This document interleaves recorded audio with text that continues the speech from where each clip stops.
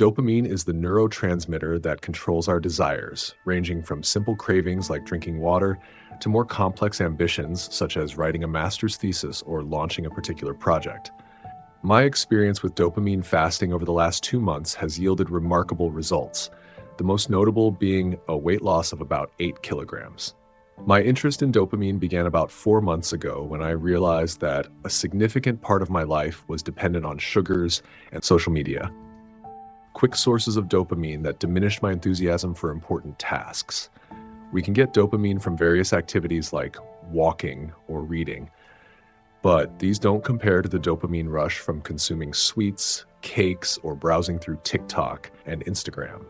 The crucial question is, what controls the amount of dopamine? There are two main factors: the time it takes to receive the reward and the effort required to achieve it. The shorter the time needed to get the reward, the higher the motivation and dopamine levels. You mentioned sweets. Yes, I eat desserts and enjoy them in my mouth. You mentioned exercise. Okay, it might offer some dopamine. You mentioned reading.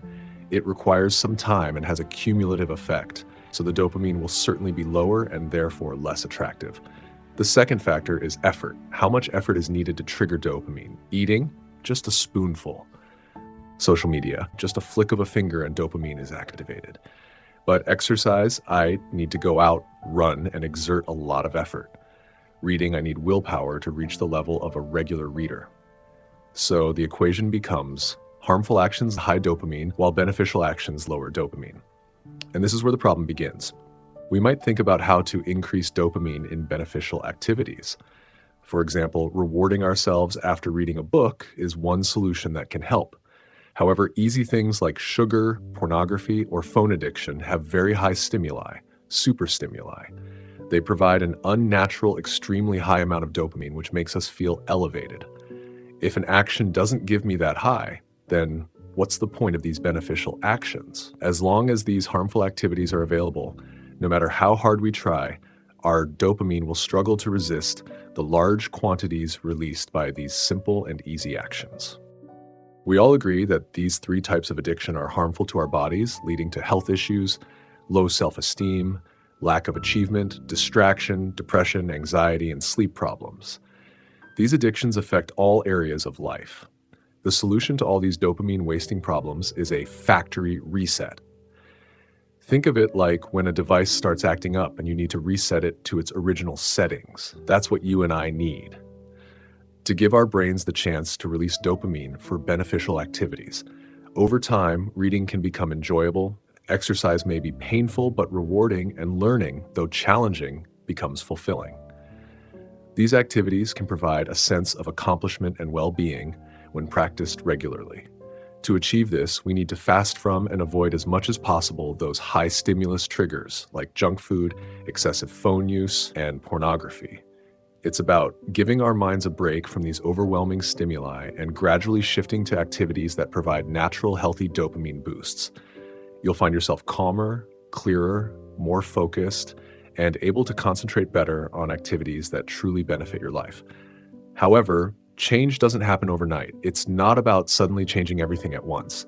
It's a gradual process. Think of it like pouring water into a cup of strong tea. Initially, the tea is diluted but still there. As you keep adding water, the tea becomes lighter and eventually turns into clear water. Similarly, you gradually replace bad habits with good ones until they fill up your life. Incorporating these positive changes slowly and steadily will lead to sustainable long-term improvement in your life. So it's not just about saying, I want to quit smoking, and that's it. No, you need to quit smoking and fill that time with something else, like spending time with your family. If you want to cut out sugar and sweets, replace that habit with going to the gym. There should always be something to keep you occupied. Most of these addictions need to be stopped completely, as we mentioned earlier. You have to quit without looking back because relapse is always a risk. But when you stop, there has to be a substitute to fill the void. This is crucial, and I want to emphasize it. You need to really focus on this point, maybe even go over it and to make sure it's clear and applicable. For instance, my journey with dopamine fasting started about 3 to 4 months ago, beginning with reducing phone usage. We cut back on phone time, then gradually reduced sugar and sweets. managed weight, and moderated phone usage. While I didn't set a strict daily limit, I aimed for around 2 hours spread throughout the day. Sometimes things go off track, but the goal is to balance it as much as possible. One thing I highly recommend is trying dopamine fasting within your routine, like dedicating one day a week without your phone, deleting social media apps, spending more time with family, and doing beneficial things you want to do but feel a barrier to. Whether it's reading a book or exercising, these are just mental barriers. You might think, who am I to start reading books or exercising? These are just illusions. By reducing these stimuli, you'll find a renewed enthusiasm for these beneficial activities. During your day, you could decide to focus on a challenging task for 2 or 3 hours. It might be boring or difficult, but commit to it and reward yourself afterward. This will create new neural pathways in your brain, like associating the beneficial action with a reward. Gradually, you can extend this time, making positive changes in your life. Finally, here's a question for you. I'll be answering in the comments after posting this video, but not right now.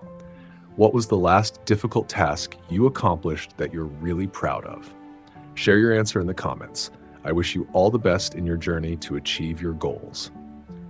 See you soon.